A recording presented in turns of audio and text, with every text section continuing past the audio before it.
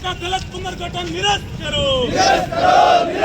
पंचायतों का गलत पुनर्गठन निरस्त करो, निरस्त करो,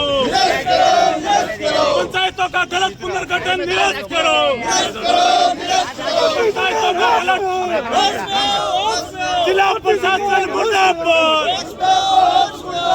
जिला प्रशासन मुर्दाबाद,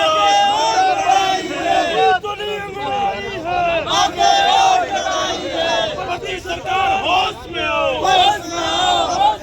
मोदी सरकार होश में आओ, पंचायतों का गलत पुनर्गठन निरस्त करो, पंचायतों का गलत पुनर्गठन निरस्त करो, पंचायतों का गलत पुनर्गठन निरस्त करो। पुनर्गठन जो हो रहा है वो सही तरीके से नहीं। देखिए, राजस्थान सरकार के द्वारा प्रदेश में पंचायतों का पुनर्गठन का काम किया जा रहा है। अभी 7 अप्रैल 2025 को बीकानेर जिले की सभी नवीन पंचायतें और पंचायत समितियों की घोषणा की गई है जिला कलेक्टर महोदय के द्वारा, और इसमें 6 मई तक पंचायतों के पुनर्गठन पर आपत्तियां आमंत्रित की गई है। आज कोलायत विधानसभा क्षेत्र के सभी प्रमुख जनप्रतिनिधिगण, पार्टी के हमारे पदाधिकारीगण, हम सब लोगों ने एक जिला कलेक्टर महोदय को, प्रधान जी सहित तमाम कार्यकर्ताओं के साथ ज्ञापन दिया है। और हमारा जिला कलेक्टर महोदय से ये मांग है कि जो भी नई ग्राम पंचायत बनाई जाती है तो उसमें किसी भी कोई दूर का गांव है तो उसको नजदीक लाया जाता है, लेकिन विडंबना ये है कि जिला कलेक्टर महोदय के द्वारा जो सूची जारी की गई है उसमें एक गांव जो वर्तमान में 2 किलोमीटर की दूरी पर ग्राम पंचायत मुख्यालय से था, उसको 20 किलोमीटर की दूर की पंचायत में शामिल किया गया। और ऐसे एक गांव नहीं है, करीब 3 दर्जन से अधिक ऐसे गांव हैं जिनको बहुत दूरस्थ पंचायतों में शामिल कर लिया गया है, उसको प्रस्तावित किया गया है। उसी प्रकार से जो नई पंचायत समितियां बनी हैं या जो वर्तमान में पंचायत समितियां हैं, तो बहुत सारी ऐसी पंचायतें हैं, करीब 18-20 ऐसी पंचायतें हैं जो वर्तमान पंचायत समिति से तो 10 किलोमीटर की दूरी पर थी, लेकिन उन पंचायत समितियों को अब नवीन प्रस्तावित पंचायत समितियों में करीब 50 किलोमीटर की दूरी पर, 60 किलोमीटर की दूरी पर पंचायत समितियां जो नई बनाई गई है उसमें शामिल किया गया है।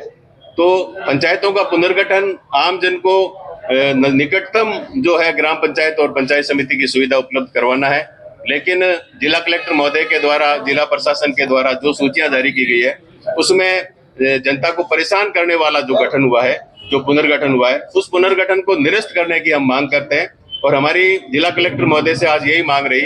कि जो पंचायतों का आपत्तियों का निस्तारण करें। आज हमने सारी आपत्तियां आज दर्ज कराई है कलेक्टर साहब के सामने। कितनी पंचायतें इस तरह की जिनमें इस तरह की? करीब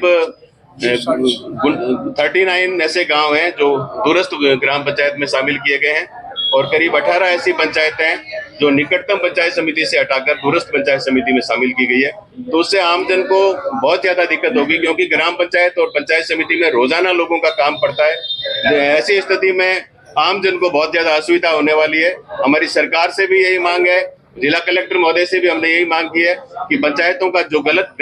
पुनर्गठन एसडीएम कोलायत और बज्जू के द्वारा, एसडीएम बीकानेर के द्वारा प्रस्तावित किया गया है, उसको निरस्त किया जाए और निकटतम हर गांव जो निकटतम पंचायत के साथ जुड़ सकता है उसको जोड़ा जाए। हर वो ग्राम पंचायत जो निकटतम पंचायत समिति में शामिल की जा सकती है, वो हमने इनको प्रस्ताव भी दिया, उसमें शामिल किया जाए। और जनता के साथ अन्याय करने वाला जो निर्णय हुआ है उसको वापस लिया जाए, और जनहित में जनता के लिए सुलभ और जनता की निकटतम पहुंच के स्थान वाली ग्राम पंचायत और पंचायत समितियों में उन गाँवों को जोड़ा जाए। क्या लग रहा है राजनीतिक द्वेष की वजह से इस तरह का काम हो रहा है? देखिए, कोई भी जो प्रस्ताव बनाए जाते हैं तो उसमें निश्चित रूप से जो जिस प्रकार से ये सिर्फ कोलायत विधानसभा क्षेत्र में, मैं समझता हूँ कि बीकानेर जिले में बहुत कम आपत्तियां जिला कलेक्टर महोदय के पास आई है, लेकिन कोलायत विधानसभा क्षेत्र से करीब 200 से भी ज्यादा आपत्तियां देशनोक नगर पालिका में जो वार्ड बनाए गए हैं वो भी गलत बनाए गए हैं। एक ही वार्ड के 2 टुकड़े कर दिए गए, हाईवे के एक तरफ आधा वार्ड कर दिया, हाईवे के दूसरी तरफ एक आधा वार्ड कर दिया, रेलवे लाइनों को क्रॉस करके लिए लोगों को जाना पड़ेगा। तो एक तरह से लोगों के लिए असुविधाजनक स्थिति बनी है। मेगासर जैसा गांव जो बीकानेर से 20 किलोमीटर की दूरी पे है, उसको 60 किलोमीटर दूर कोलायत में शामिल किया गया। तो निश्चित रूप से मैं समझता हूं कि जो रूलिंग पार्टी है, सत्ताधारी दल है, उनके प्रभाव में ये जो निर्णय हुए हैं, लेकिन चूंकि आपत्तियों का प्रावधान है और जिला कलेक्टर महोदय से हमें पूरी उम्मीद है कि वो निष्पक्ष करेगी, न्याय करेगी और आमजन को वो है जो आपत्तियां नहीं मांगी जाती है तो फिर आगे क्या रहेगा? आपत्तियां नहीं मांगी जाती है तो हम राज्य सरकार के सामने जाएंगे, क्योंकि अभी 15 मई तक तो जिला कलेक्टर को इसका निस्तारण करना है। उसके बाद में राजस्थान सरकार के द्वारा राजस्थान सरकार के 4 मंत्रियों की एक कमेटी बनाई गई है, उनके सामने भी हम ये बात रखेंगे और ये लड़ाई हम अंतिम सिरे तक और पूरे जब तक हमें न्याय नहीं मिलेगा हम सरकार के सामने ये बात रखेंगे और कोलायत विधानसभा क्षेत्र के आम आदमी की आवाज को हम उठाएंगे। ठीक है, धन्यवाद।